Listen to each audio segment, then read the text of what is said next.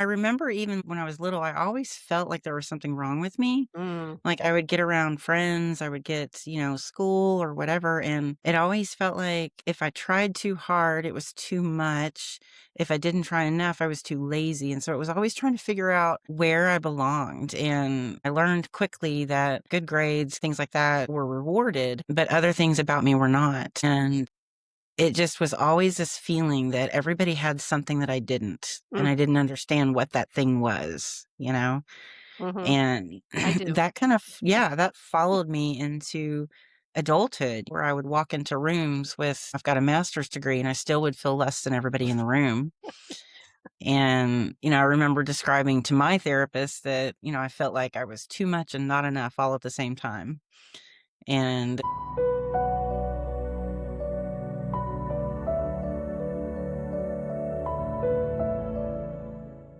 What happens when you grow up believing you were never meant to be loved and that even God forgot you? For Melanie Taylor, early experiences of abuse, violation, and emotional absence shaped a life built on survival, not safety, carrying that imprint into years of disconnection and silence. But what she came to see wasn't that she was broken, it was that something essential had been left untended. What she uncovered in returning to those places became her book, You Are For True, and a truth about worth, repair, and who we really are that may change how you see yourself. Now, before we begin, if you're here because you're seeking truth, understanding, and a deeper relationship with your own life, take a moment to subscribe and share this with someone who may be feeling unsettled inside. And if anxiety has been part of your experience, there's a free ebook in the description to support you. Every conversation here is meant to offer perspective, support awareness, and remind you you're not alone. Welcome, Melanie. Thank you so much for being here. thank you for having me. I'm so excited. Thank you. Absolutely. Me too. Me too. Yeah, we've got a lot of things in common. It's always the commonality of the feelings and the emotions, not necessarily the story. We'll put it that way. So I'm really looking forward to you going a little bit deeper into like what you've lived through and how that experience shaped the work or perspective that you bring into the world today. Yes, thank as a therapist, I feel this deeply when I tell clients this, and it's when no one teaches you how to be a somebody, you'll turn into an anybody, everybody, but you feel like nobody. And that's kind of what happened is I felt like nobody because I didn't learn who I was. And when you grow up surviving, you learn how to stay safe. So you kind of shut down the parts of you that are well, that are you, that make you unique because you try to become something that isn't gonna get hurt or someone. And in writing my book, it's, my life 0 to 18, but it was more than that. It was a roadmap back. When we get hurt, there's parts of us that don't know the other side of the story. They just know a wound, right?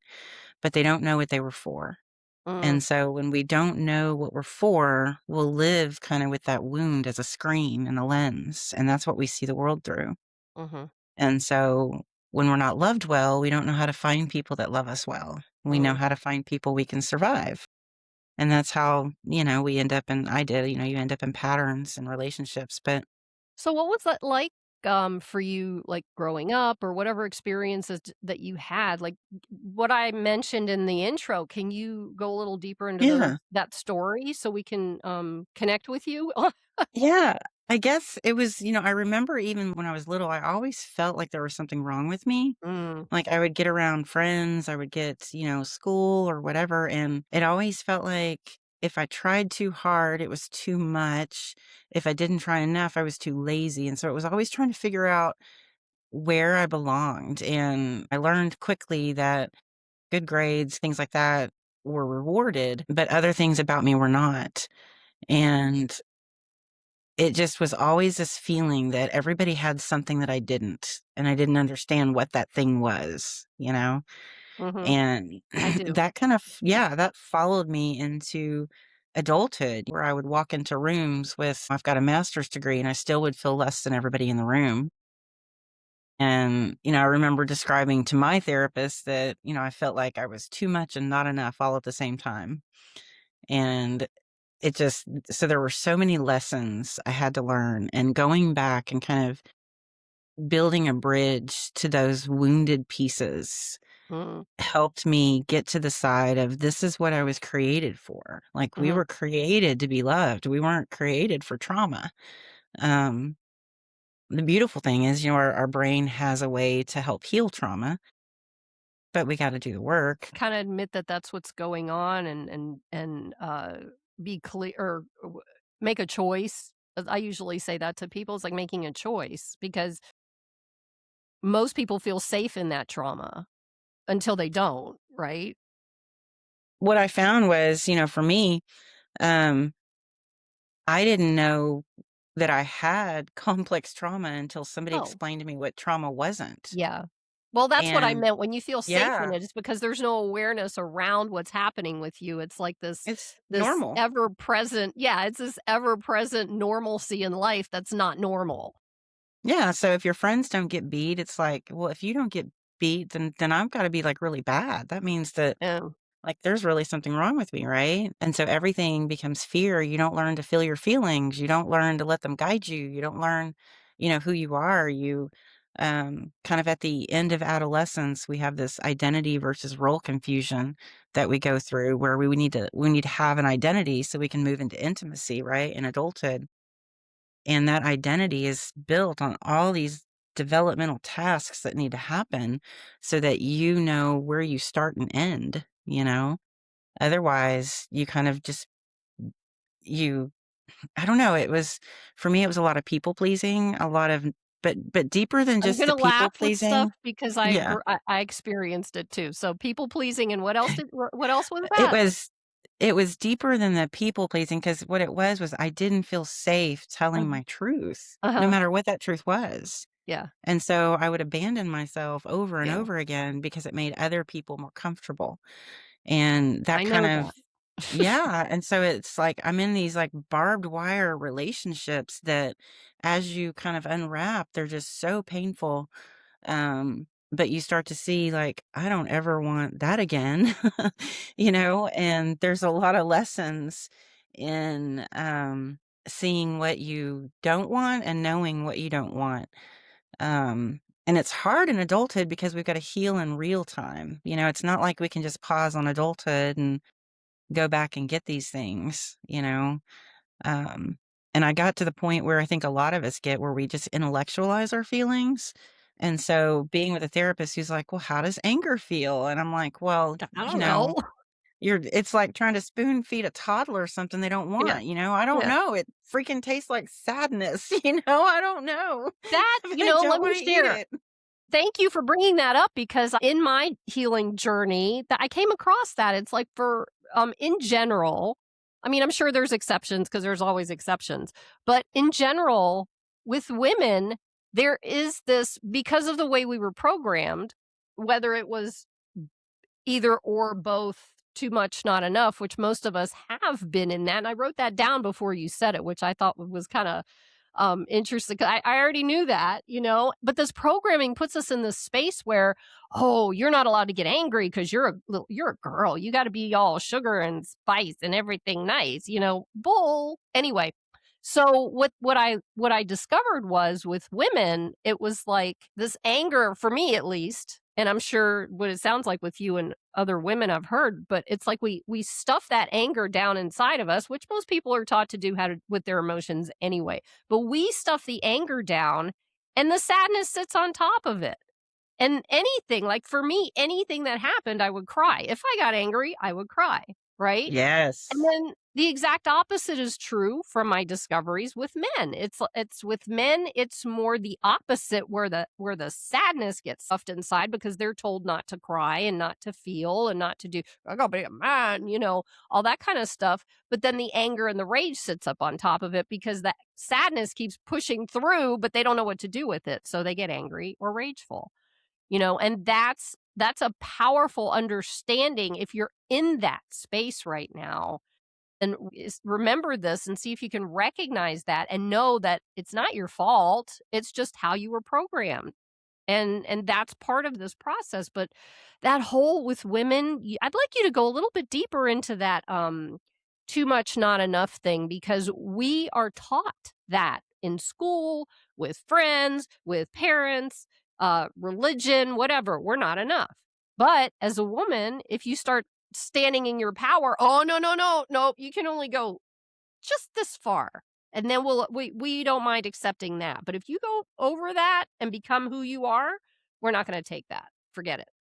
Can you go a little bit deeper in that from your perspective as what you went through and as a therapist? That for me, I think this powerful lesson I learned recently was about capacity Mm, and understanding that my too much and not enough was my feeling when I came across someone who didn't have capacity for me. mhm, So when I was little, we grow up and developmentally, children, everything around us is because of us, right? That's just how we grow up. We don't know. We don't have enough brain, right? So if there's a lot of hurt, a lot of stuff going on, you learn quickly that it's a me problem, right? And so you get used to kind of just, I don't know, it's like the loudest person in the room becomes the rightest person in the room, even though that's not accurate?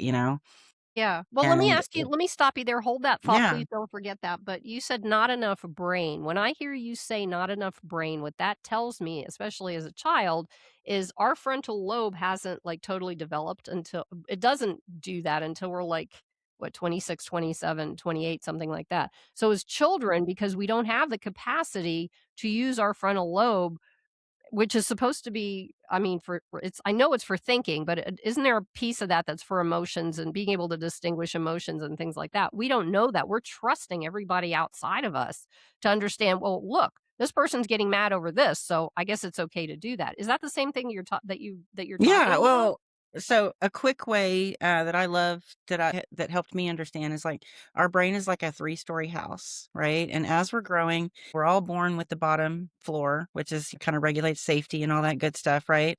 The second floor, emotion and all that, I think starts to come in, if I'm correct, around age 4. That's the limbic system, that's when That so, explains a this is why lot. we have to be yeah, this is why we have to be co-regulated. This is why tantrums with children, you can't beat it out of them or spank it out of them because they don't know how to calm themselves down, Well, right? isn't that how they calm themselves down, though?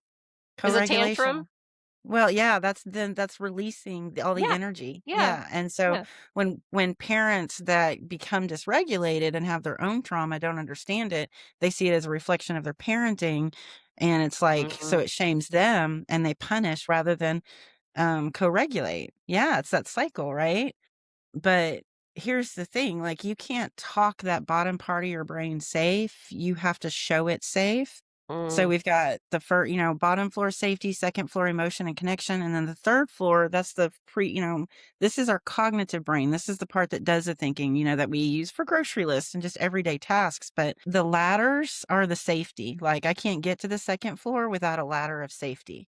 I can't connect to you if I don't feel safe with you, right? And that is how our brain is built. And we are taught in those complex traumas to override what the brain is naturally trying to do and protect. So it becomes your brain that was born perfectly healthy got plunked into a maladaptive environment and it formed to help you function in that environment.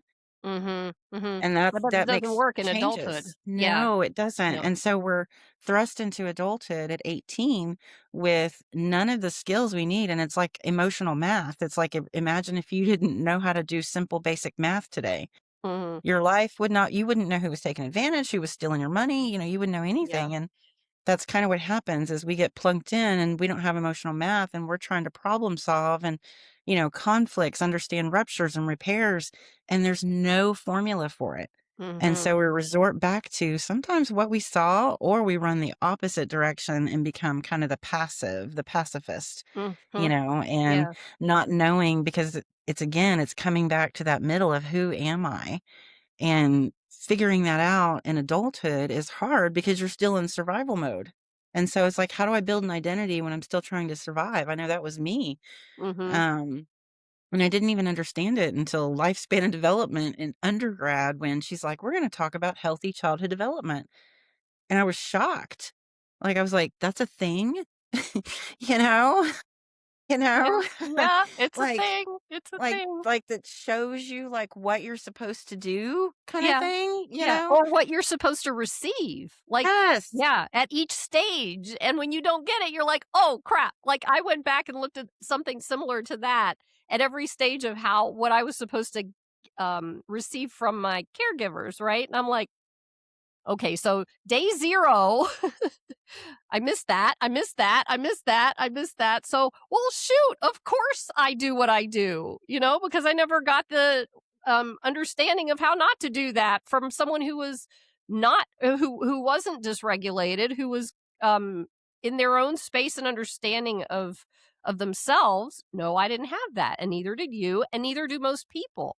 And I Yeah. wanna come back to real quick, before we go further into the safety piece of it, because most of us, in any capacity, it doesn't matter whether it's, upbringing or, well, it's to me, it's from upbringing, but it could be also from generational trauma, it could be from anything. There's that safety the issue of safety is not just from not feeling safe as a child. More than likely, it's come in, at least from my angle, my perspective, it's come in from generations because when we're that's how we're programmed. So, if we're programmed in not being safe without even knowing why we feel that way, there's that. There's like, for me, it was the Holocaust. My mother and grandparents were both first and second generation Holocaust survivors, which makes me a third generation Holocaust survivor. So it came right down in, and I was like, I didn't feel safe my entire life. But then I also got on top of that my mother's energy of not feeling safe, of having to run, of having, all these chaotic things go on. And I'd like for you to dig in a little bit deeper because most people don't feel safe, especially now.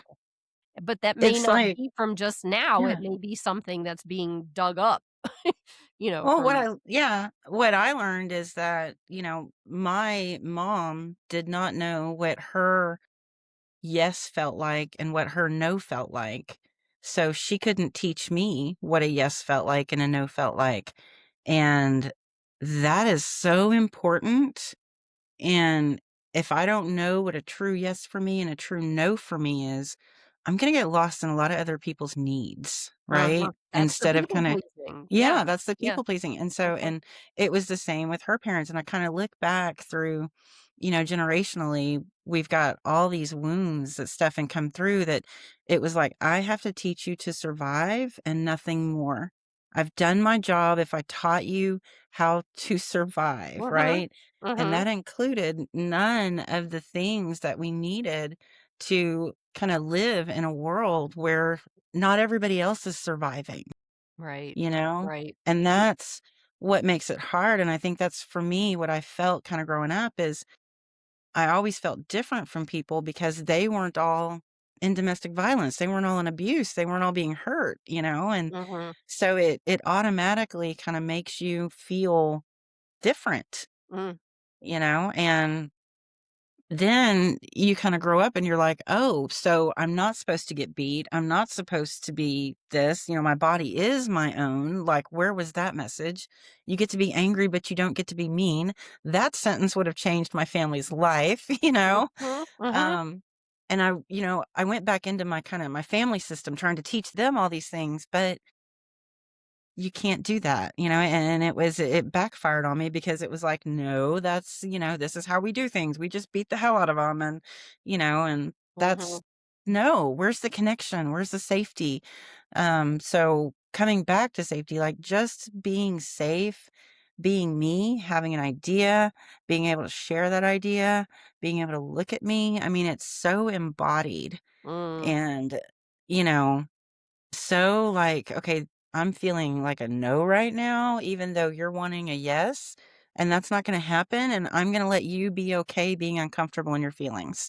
Do you know how hard that is for Do you somebody know who how hard that is? Yes, I do. Yes. Yeah, That is one I of the mean, hard Well, let me ask you this, are you an empath? yes, I think we kind of are almost programmed, and sometimes I think we're born, I mean, there's a lot of different things, like, I feel like we're born with natural gifts, Yes. and those natural gifts will heighten in areas of heightened stress, but Yeah. we don't see it later, and so it's hard to again, you grow up reading rooms, you grow up Yeah. reading Yeah. emotions, you Yeah. can pick the dangerous person out of the part, but what happens on the other side of becoming an empath or on the opposite end is we don't sit in joy.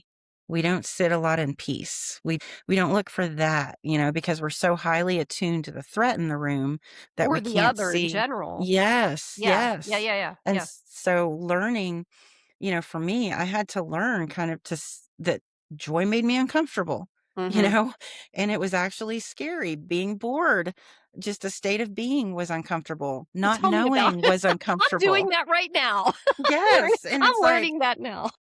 and boredom is like for me, I realized I was like, I wasn't allowed to be bored, Yeah. And it's curiosity. It's like, I don't know what I want to do. Okay, well, do I want to move? Do I want to nap? Be Yeah. curious. Yeah. That's what boredom is. But Yeah. um we've got to be safe. Like we've got to feel safe enough to allow that. And so when you're always reading the room, no, you don't attune to the good stuff. You attune to the stuff that is dangerous. Well, because, like, yes, I hear that because it's like it's almost like we're constantly attuned to everyone else's energy to protect ourselves for safety. It's like we're checking the energy, checking the energy. Like I had an experience uh even today where a friend of mine was going through something that they were just mad because something wasn't working for them. And at first, and I heard myself saying it, it's like, "I wish there was something I could do to help you," but what that's not a normal response for me. My normal response would have been, "Oh, how can I help? What can I do?" And my friends don't, at least in the past, didn't generally ask for help, and neither did I.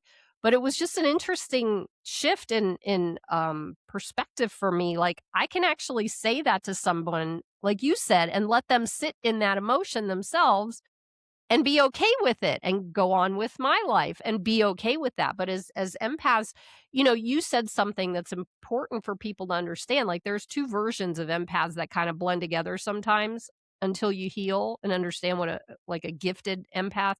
Some Mhm. of us come into the world, if not most of us, come into the world as a gifted empath. But if we're a gifted empath, then we like become the traumatized empath because we've been traumatized. And then we don't know, we move into all these things that you're talking about and not knowing the safety and not knowing when to stop people pleasing and not knowing. And then we're like, this is a curse. Well, sure it is because you didn't know any better, but then you get like for me, I get to the other side and I'm like, well, that traumatized empath from my experience today, you know, was like, "Oh, well, I guess that's okay for me to walk away from that person's doing fine, they're okay now, and I didn't have to do anything to fix that."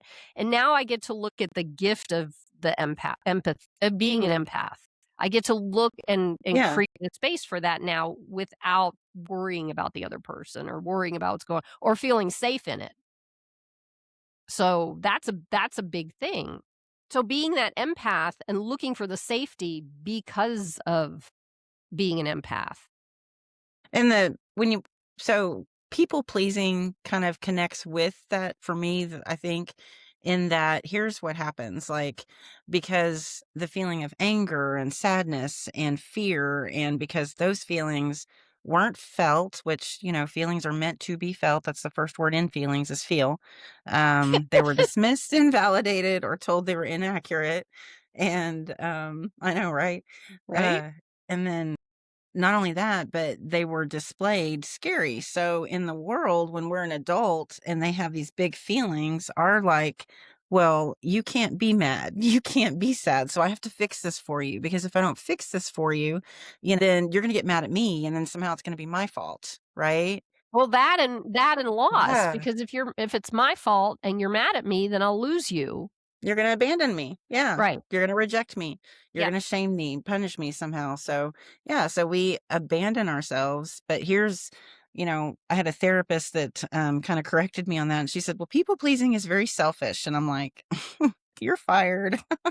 You mean selfless, right? Yeah, Because yeah. I am making these people so freaking happy, and she said, but you're not, because you're denying them opportunities of growth by telling them that you're okay with something when you're not. You're Mhm. doing things for them that would allow them to grow and them to experience natural consequences, while again denying yourself. And Yeah, but who so teaches us that? Nobody. growing up in Yeah, trauma, yeah.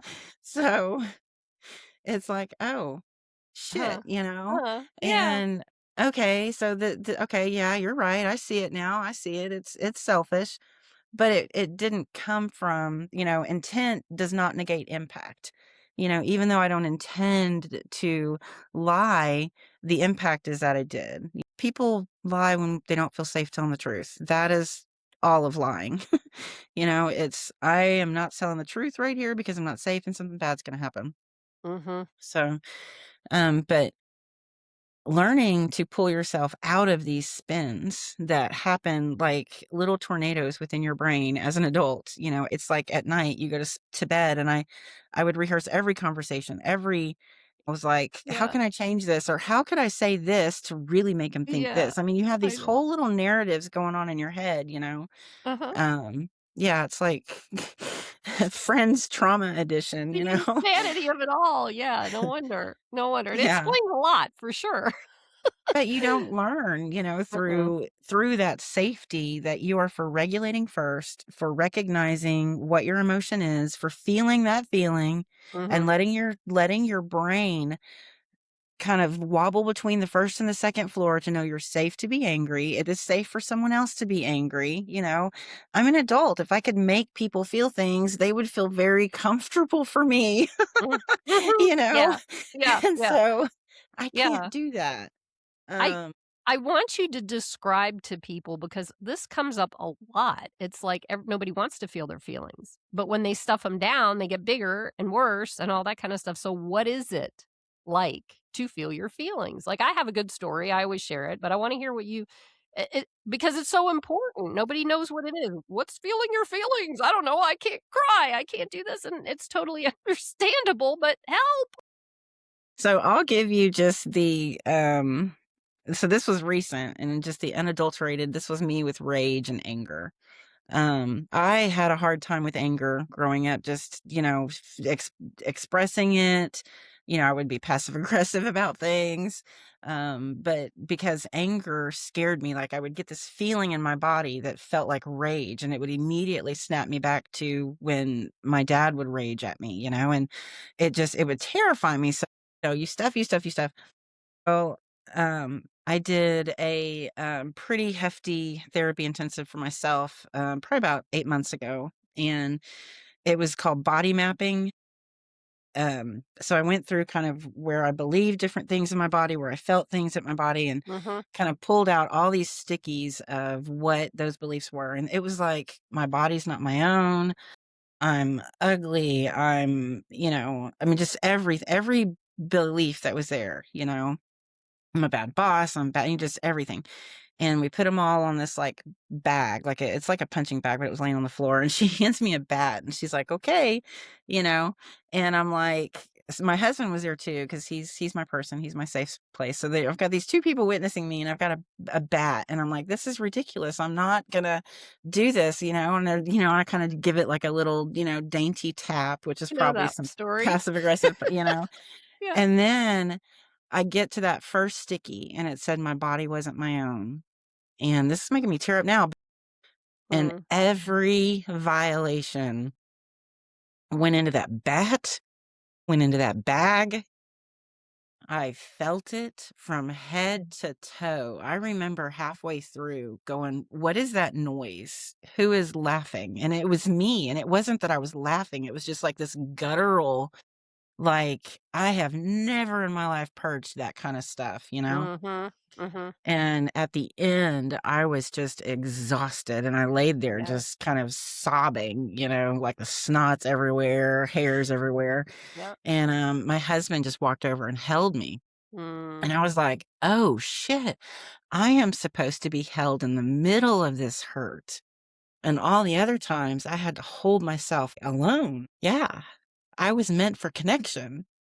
Whew, girl, I have It's to get okay, them let it tears let it down. I did come, not let it mean that to come. come. But Let it come, that's the point. yeah, so that was like so it was just such an incredibly Mm. powerful, you know, and as a therapist, like I'm learning how to do this because I want to give this experience to my clients. I've done a few of them and it is so beautiful. I mean, at the end, it's just because here's some things that happen with anger. It's going to either turn into anxiety where we're going to worry all the time about things about that result around anger, right? Or it's going to turn to rage, which is a behavior.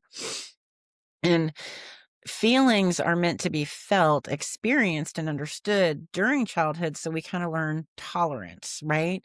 So that we can get at frustration and not blaze into rage, right? We can learn that I can be frustrated with something, stop, calm myself down to where I don't get to the place, right? But when you override, there's no frustration. There's simple rage. And it can look like road rage. You know, somebody pulls in front of you and suddenly you're powerless, you know, and that's what it feels like. And now you're wanting to ram this person off the road because they're in your lane, you know, and it's just this overcome feeling of, you know, you have wronged me and that is not okay. But what's happened is it's not appropriate for the moment. You know, I mean, this could be just somebody hurrying to get home or, you know, has to go to the bathroom really bad and just needs your grace, you know? Yeah, So yeah, it's yeah. like, when we don't heal these things, those are the lenses that come up and show situations. So when we don't feel anger and we don't learn about it, it's going to turn into rage. It's going to turn into anxiety. When we don't learn sadness, we're going to crush into depression and we're not going to know how to come out of it. I'm Yeah. gonna throw something in here that I think is very or it feels very important, for our audience and for us, you and I, is that what you just experienced, and I'm gonna go back to your feeling. You felt sadness as you were talking about this. That's just another part of your release. And what I think it's important for all of us to understand that even watching it, like you deserved that moment. You deserved that moment. Where even just now in this conversation, you deserve that moment. You deserve for that to come out. And everyone deserves that opportunity to allow these feelings to come out. And we're taught that we aren't deserving of anything, let alone having the feeling come out. But your strength and your bravery by just, I don't care if you're a therapist or not, you're also a human, right? Yeah. And First and you foremost. it's the thing, it's like, how many therapists have I been to? I think maybe 2, which I stopped doing that with them. They didn't do that. They were like, "Here's the clipboard." Excuse me, hold on. "Here's the clipboard. Okay, tell me what that felt like. What did that feel like?" "Yeah, that Oh felt my that." And gosh. I'm like, No. It's but this horrible. is I've been seeing a therapist since I was, 6, so or psychiatrist or whatever, and so I know what that is. But this it's like when I work with my clients, I will get teary-eyed with them because I want that connection to be there and that understanding that we are human too. We are working through our stuff also because we all have stuff. And the fact Transference is so normal. Like right. we just it's okay. We just check it and we move back into position and we Yeah. go back to it later. Yeah. Yeah, exactly, but giving it the space, though. I mean, I'm like, we don't give it the space. We don't give grief the space to allow it to shift. We always contain everything. We're containing our anger. We're containing our sadness. We're containing this. And meanwhile, everybody's going like the emoji with the head blowing off, right? That's Yes. what it looks Yeah. like. And we're not Yes. giving it the space to release in a normal way that we as humans are meant to do it. Just allow it. Just like you start crying, I'll sit here and hold your space. Cool beans. It worked. You feel better. Look, you're smiling Yeah. now. That's how Yeah. it works. But nobody understands that because we're never taught that. You know, it's like, wait, okay, it's not that hard. It Well, I really had isn't that to hard. you have to learn that, I mean, a lot of, sometimes I think a lot of those emotions are just stored at high peak season, in our nervous system, and it doesn't take much to wave them around because they didn't get to come back down to safety. Mhm, For me, it's that car pulls out in front of you, you don't wreck, but it scares you. A couple stoplights later, you're fine. In our nervous system, there is a few minutes of things that naturally occur, right? mhm, mhm, In trauma, you're still stuck in the intersection, mhm.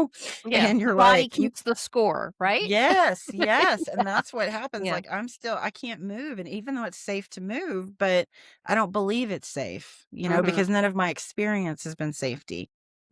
Yeah, yeah, and it always goes back to that. It's like the what do Oh, they call yeah, that? The 0 point or something. It always goes back to that original whatever it was that resting caused. baseline kind of, yeah, Yeah, and yeah. so it takes time for that, like, it takes a quarter of a second for my brain to recognize I'm in danger, right? A Mhm, quarter of a second. mhm. And depending on how much trauma that person has is gonna depend the next 90 seconds how it's gonna go. We're Right. either gonna get to a place where we can kinda calm back down, or that We're quarter gonna second sit has in now it. turned into Yeah, hours and days or yeah, rages or because there's yeah, no coming back. yeah. And that's what kinda part is what's missing in, that those are those developmental skills that we need in childhood to help Mhm. us form and concrete in adulthood, you know? Well, yeah, but not only that, it's also it's a physiological thing. It's our nervous system Yes, response. It's our stress response. It's normal. We and just don't know it. yes. Yes, we just don't know it's normal because we have gone through it so many times that we're either going to freeze, we're going to what fight, flight, freeze, fawn, whatever we're going to do. Yeah. And it doesn't serve us. I love I had a client that told me this, and I forever now hold to this. She's like, "I am a spiritual being experiencing a human existence." And I freaking loved it, and I have held true to that now. And I'm like, if that's true, then it's my responsibility to understand my human, to Yes. understand my nervous system, Yes. understand Yes. what is uniquely mine. Mhm. But what happened is this was supposed to happen in the beginning, right? We grow up in that container. Yeah. So now I gotta go back and figure it out now, right? And Well, that's okay.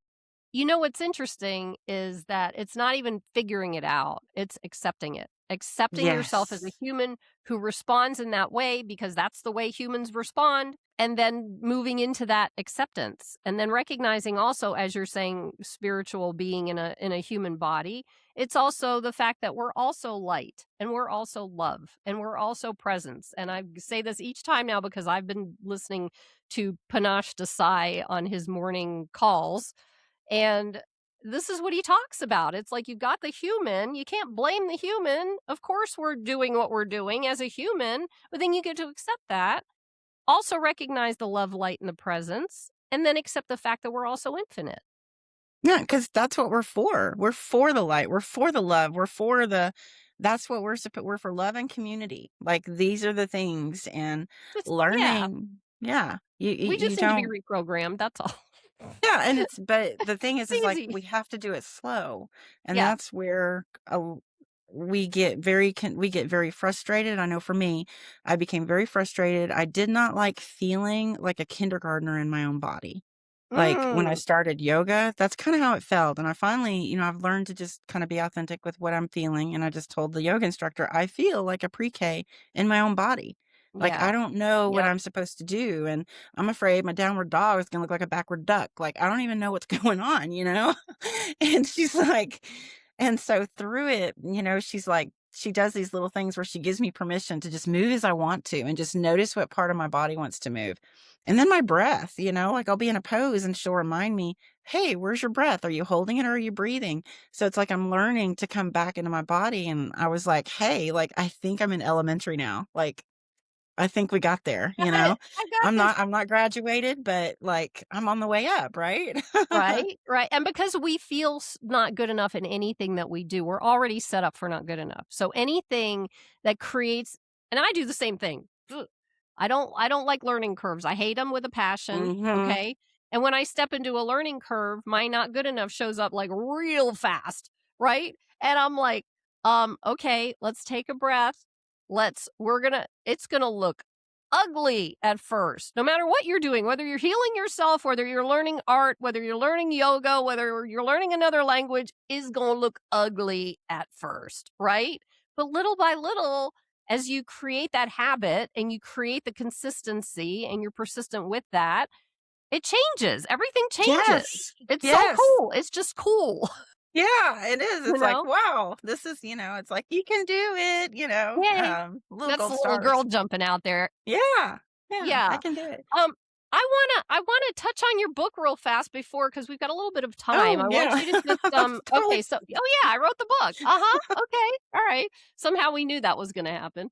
Okay, so the name of the book is called You Are For True, and I have to say, I because I get a lot of books to read, obviously, I can't read the entire book, but the first 4, I don't know, that, like especially the introduction, I think is where you were discussing or explaining who True is, and Yes.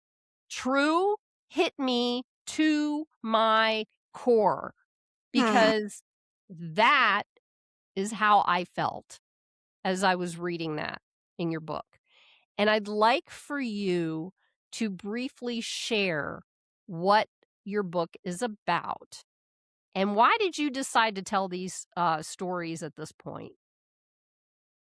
So a lot happened personally where I was in a place where I kept doing like all these big intensive things for me, like therapy wise. And my therapist at one point said, this was about 2 years ago, she said, I think you're trying to heal from relationships you're still currently in. And I didn't realize like I was very still entwined in um a very dear relationship that I ended up having to sever. Not permanently, but it broke my heart, and it kind of it's and well, I had to retire my mom, so we'll just put it out there. It's been long enough. So Hey, that I've was been she. there. I She was understand. working So with it's my the mom. I company. had to do Yeah. it with stepmom, so I understand. Yeah.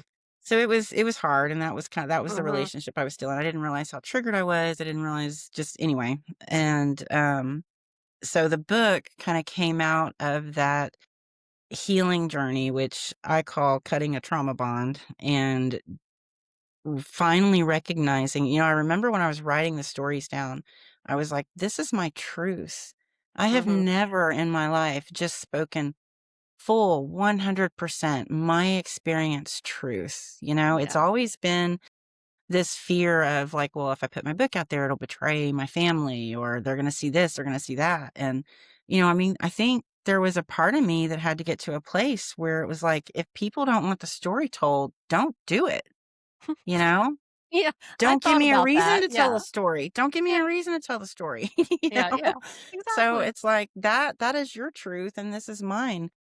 And true, I found kind of as this bridge between my spirit and my soul, the part of Mm. me that is my light that knows I was created for love and light, right?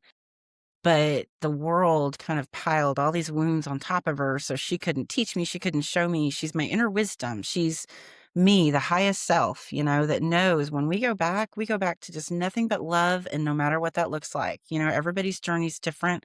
I don't judge that.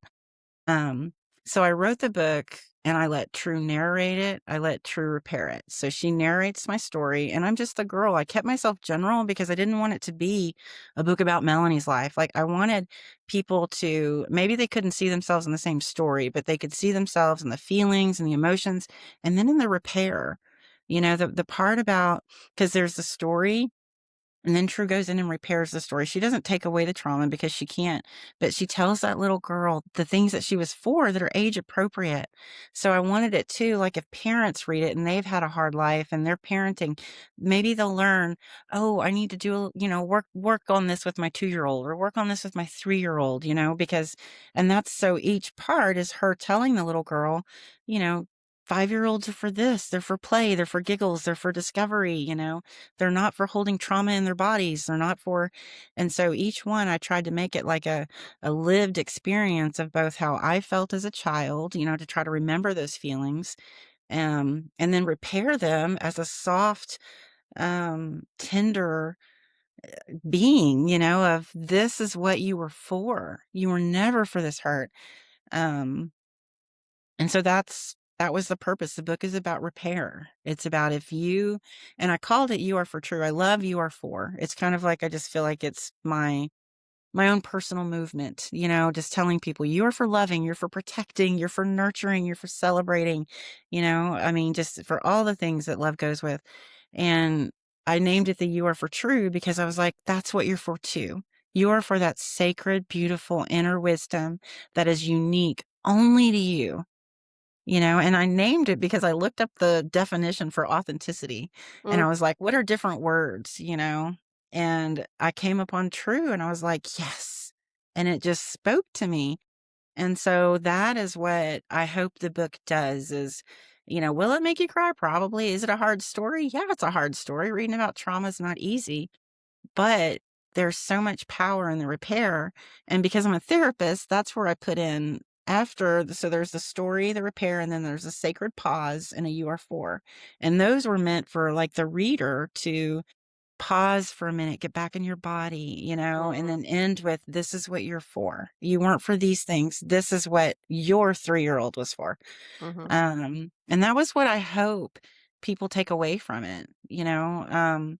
There's a second book that they didn't put in, and that was the lessons, and that's kind of what I'm getting ready to release now, but it was the lessons I had to learn in adulthood to go back and undo the damage that had been done. I had to take that maladaptive brain and start plugging in, healthy childhood development, but what comes up and what people kinda miss this is grief, because that Yeah. grief honors the experience that I went through. It honors me. I mean, there was so much grief last year, and just recognizing how I was allowed to have that. This is what I was for, and you shit the bed and didn't give this to me, Mm. right? So grief follows knowledge. But And if we're not creates knowledge. It also creates Yes. Yeah. knowledge. Oh, I Yeah. love that. I'm gonna start using that. Grief creates knowledge. I'm gonna do that even better. I love that better. But yes, it does. It creates a knowledge of something, Yeah. and we Or an can take awareness. it. Maybe it's an awareness. Oh, yeah. I like that I like too. that one too. I know. I'm like, we're just like, Yeah. these are these catchphrases now. Okay. No, we can do But this it does, it real creates time. awareness of what was Yeah. missed, and if we Yeah. let it, it'll let us see what's truly there when the Oh. fire's burned away, Yeah, wow. Now I'm gonna you have to know? finish the book now because, I mean, I told you it brought tears to my eyes when I read the introduction. It brought tears to my eyes when I'm listening to you tell it because it touches, it pokes at you deep because that's what it feels like. So don't be Yeah, surprised. It's gonna happen, audience. Just saying. it will, it's supposed to, we're Yeah. supposed to grieve these things, and when we start to understand emotions and feel those feelings, it lets us know, "Oh, I'm gonna grieve this, and I'm gonna take this piece with me. This is the Mhm. lesson I want from this, and this is gonna help me move forward?" Yeah. And that's kind of where there's a difference between I've had to learn an excuse and an explanation. An explanation lets me repair what the excuse missed, which is, okay, I was late for work, right? What am I going to Mhm. do differently next time so that I'm not late for work? Sorry, guys, I did not anticipate traffic tomorrow. I'm going to set my alarm. I'm going to leave 20 minutes earlier. It gives you this is what I'm going to do differently, right? It's accountability. And sometimes we're just taught Yeah. the excuse part. And Yeah. so we excuse things over and over again. But what we need is explanation so we can move into a repair of some sort, Yeah. Well, right? it also sounds like it's a, what do they call it? Protective mechanism. When we come up with Absolutely. excuses, it's a protective Yes. mechanism because, "Oh my gosh, again, I'm not good enough. I'm gonna get in trouble. I'm gonna do this." But it's also subconscious when we behave in those ways because it's already been set up inside of us to do it. So I don't feel like we intentionally do it, but when we Oh, finally no, realize it's happening, then we take responsibility as adults yeah. I and have a change quick that. story. I have a quick story where I tell Okay. people it's a disclosure. I tell people. So Okay. I lied to my husband last year about DoorDash, right? Mm. And my husband is amazing. He's loving, and I earn money. I can afford DoorDash. But we sat down for dinner, and he said, and Panera was sitting there, Panera bag. I forgot to hide the evidence, and he said, "Did you order DoorDash?" And immediately I said no. Like, right? I mean, it's not a big deal, right? But immediately I was like, "No, mom brought it over. That's how I got here," giving the excuse and giving the lie. And the next day it didn't sit well with me and I was like, "Oh, so I gotta tell him." But what I recognized was that quarter of a second, there was a tone. I know that he loves me. And if I could have stepped into the present, I would have been like, "He's fine. Just tell him, yeah, you ordered it. Too bad you missed out. Sucks to be," but but Yeah. I couldn't do that in the moment because my whole nervous system got hijacked. And so Mhm. in that hijack, it was I lied, so now I've done something bad. So now I'm a bad wife, right? And the next day, I was like, "I gotta tell you something that I did," and we talked about it, and I'm like, "Okay, so next time, I'm gonna do something different. I'm gonna pause. I'm gonna let Mm. myself pause and regulate. Like, I'm gonna do the thing that I tell my clients to do." Listen to our own advice, huh? What is that? Exactly. Yeah. Yeah. And it has helped tremendously. So, Yeah. learning that yes, sometimes I will lie when I don't feel safe telling the truth. I'm learning to come back to that and repair and move differently. So Yes. that Yes. pausing that's how we give ourselves from a quarter of a second to the 90 seconds. But it Yeah. takes time and safety to Yeah. be able to do that. That's beautiful, and it's also a choice. It's like we Yeah. make choices in life all the time, but do we choose to stay stuck in the past and the patterns, or do we choose to take opportunities like this one Yeah. to step out and learn from them, and it feels better, and then the other person then you connect with the other person, Yes. and they're like, "Wow, this is really cool," it's not that bad. It really isn't as bad as long as you have a safe person in your environment to reflect that back to or to open up Yes. to or whatever, because if you're Safety, still yeah. in the environment with the people that were part of the setup of your trauma, you're not gonna get that same response. So you They don't have to have the capacity. they don't have the capacity, exactly. So it's not, but they're traumatized too. Woohoo! Mhm. We're all traumatized. Yay us. Okay. I want to bring something up real quick that I think people need to not need to understand, but need to be aware of. Um as far as how we move through these things from the inner child or the child that we were to the adult we are now, figuring out, trying to heal, all this stuff. It's like you said something that really touched me. It was the 5-year-old, well, technically most ages around 0 to 7, basically, and then some, is not for holding trauma in your body and to carry it. You said something like Yeah. that. Yeah, and that hit me because we take as little kids, we take responsibility for something that's not ours, and we carry it throughout our lives, right? But the Yes. child did not do anything wrong. It wasn't our fault as a child when all this stuff happened. We were taking on feelings, emotions, behaviors, all of it, programming from everyone around us. So, we didn't choose that. We're receptors, like, between 0 and 7, we're like sponges. We take all of that Yes. stuff in and we believe it's all true. But when we become adults and we still keep behaving, because 'cause we're gonna get stuck at whatever age the first trauma happened. Like, let's say 5 years old, you had something happen and you're gonna get stuck at that age. So everything you do that reminds you of that trauma is going to bring up that emotion, and you're gonna behave like a 5-year-old within that, even as an adult. So when we start to recognize, and that's the important thing, is like people being able to recognize that behavior as it's happening in real time and taking responsibility for the fact that, wait, I don't feel good when someone's doing that with me. I'm sure that this other person doesn't feel good when I'm doing it with them, from a 5-year-old perspective or whatever, and then taking responsibility for it. So being an adult and taking responsibility and then making the choice to change that behavior is huge. But like Melanie was talking about, grief is there for us to release all that stuff that's holding all that stuff inside of us so we can do that. Because grief is like as humans, there's one big thing that goes along with being human, and it's loss. So what do you do with loss? You grieve, you mourn, you do all that, and you let all that stuff out. So everything we've been told about, oh, hold on to that, hold on, it doesn't work. Take the responsibility, step into your first decision, your first choice, and just little baby steps. You don't have to go hog wild jumping into all this stuff, but you can still recognize the little child inside of you is just asking for help. And you, as an adult, can be that person to help them. That's really all I wanted to share about that. And that's part of the you are for, it's I'm a parts work therapist, so I do a lot of parts work, Oh, and I look at okay. it like these parts of Speaking to the us. choir, huh? Yeah, these parts of us, these younger pieces of me had a story, and I needed them to give me that story so that I could show them what really was supposed to have occurred, right? Mhm.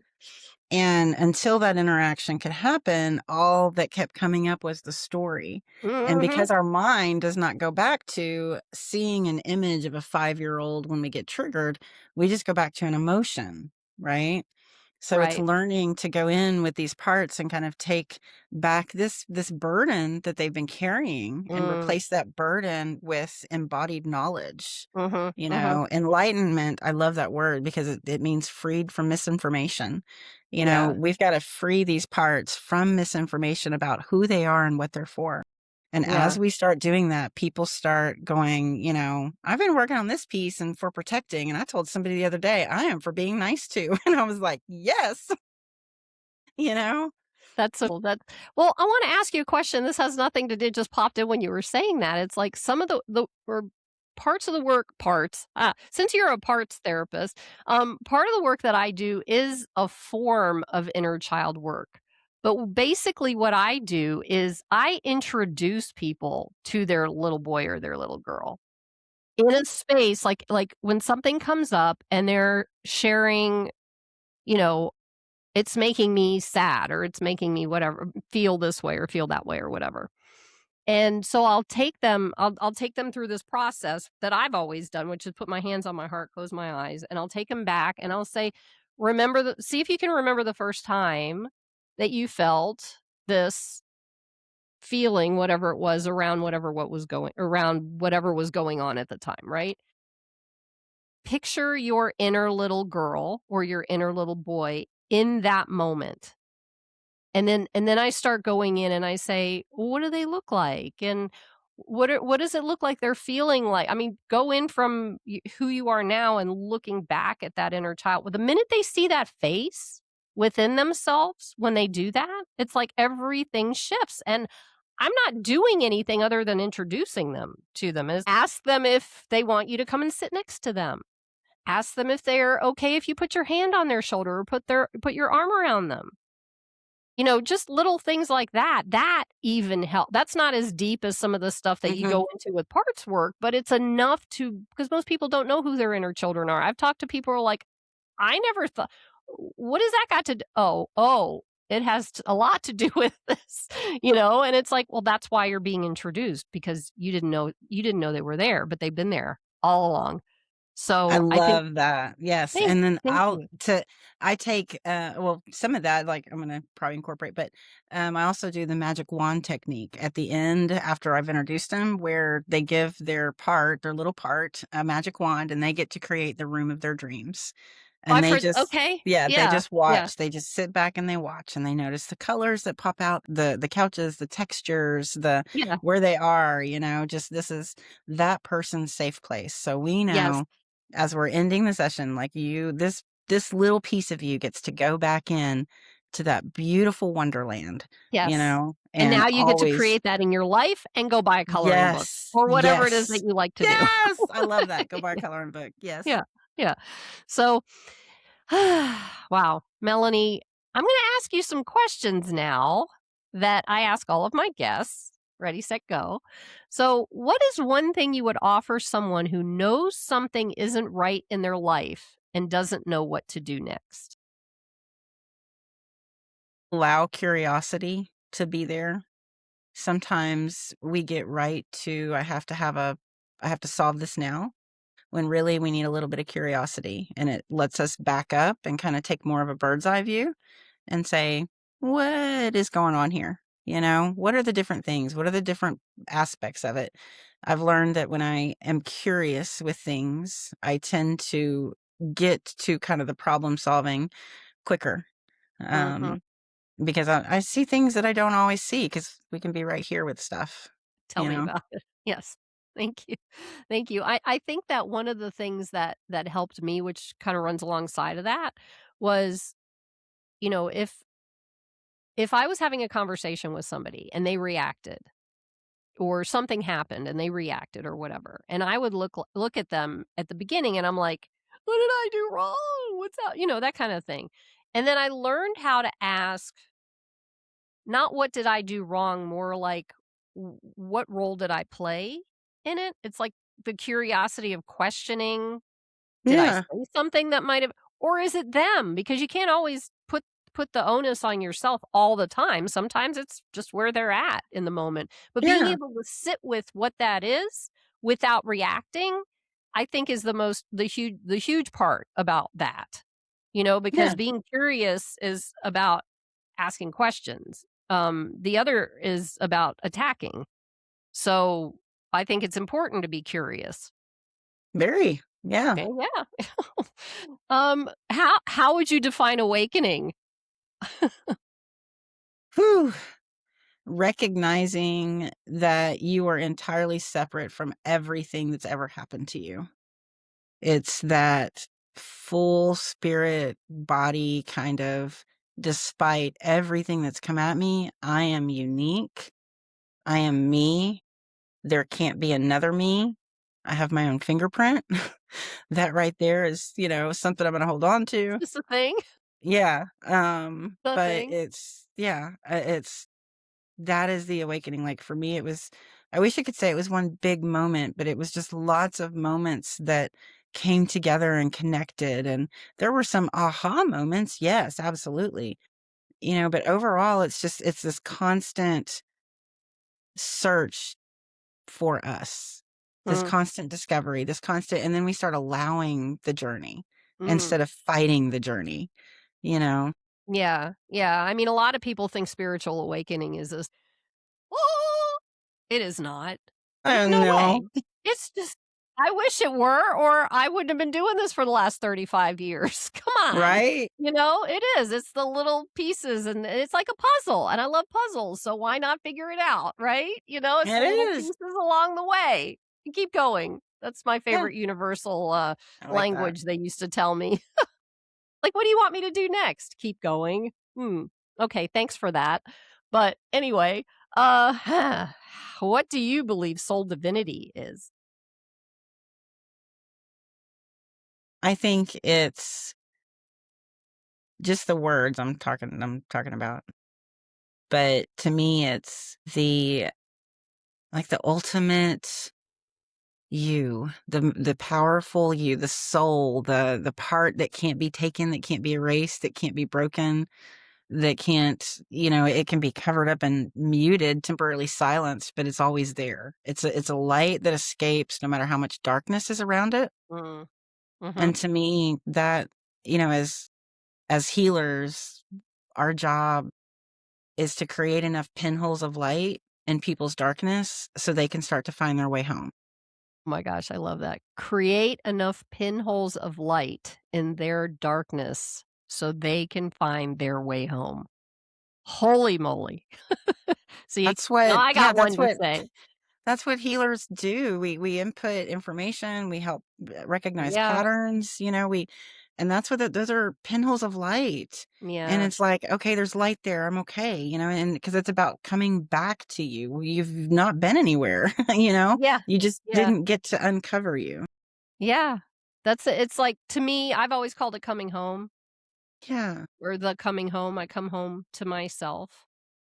So, Yeah. yeah, I that's like Nadia awesome. Davis. She's got that home is within you. I love it. Home is within you, yeah. Mhm. Well, somebody said it initially probably thousands of years ago, and we're all just getting a cut of it. So, whatever. That was just where I'd heard it, but yeah, No, I do. it's It's okay. We all so have, yeah, yeah. everyone's got a version of something. There's nothing new under the sun. We I all know. shift it just and change it just so people can understand it. How's that? I know. I I have mean, new expressions I'm gonna leave here with. Like, this is awesome. I love it's it. cool. I know. How can people get in touch with you? The best way is to my email, Melanie, Melanie, at ur4.com. And that's youarefor, just spelled out. And they can also follow my Facebook page, Melanie Okay. Taylor LPC. And do you have a website? ur4.com. Okay, so all of this, it'll go into the description. Is there anything else you'd like to share with the audience before we wrap up? Just you are for being loved and being held in your pain, not in the absence of it, which means you are for being held through your healing and your learning. And the more you start searching for what you're for with love, the more you're going to come back to it. It becomes your Another, center. Yeah. yes. Say that one more time at the very end because I started talking Uh, over you. Love becomes your center. Love becomes your center. Yes, absolutely. Well, it's supposed to be that way. Okay. Yes. Okay. Okay. Huh. All There was just right. a bunch of stuff in the way and we couldn't I get to it. know. A lot of bunches of stuff. Uh-huh. So, Melanie, I'm deeply grateful you brought this into the space today. You reminded us that what we carry from those earliest moments can shape an entire life, and that returning to what was left unseen can reveal something sacred that was never gone. What you share doesn't just speak to survival, it speaks to a truth within us that remains even when everything else says otherwise. To our audience, may this conversation meet you in the places that have felt forgotten and gently remind you of what has always been there. Thank you for being here with us on Awakening Soul Divinity. Thank you. Thank you for being here. Click on one of the videos below to keep going on your healing journey. And don't forget to subscribe.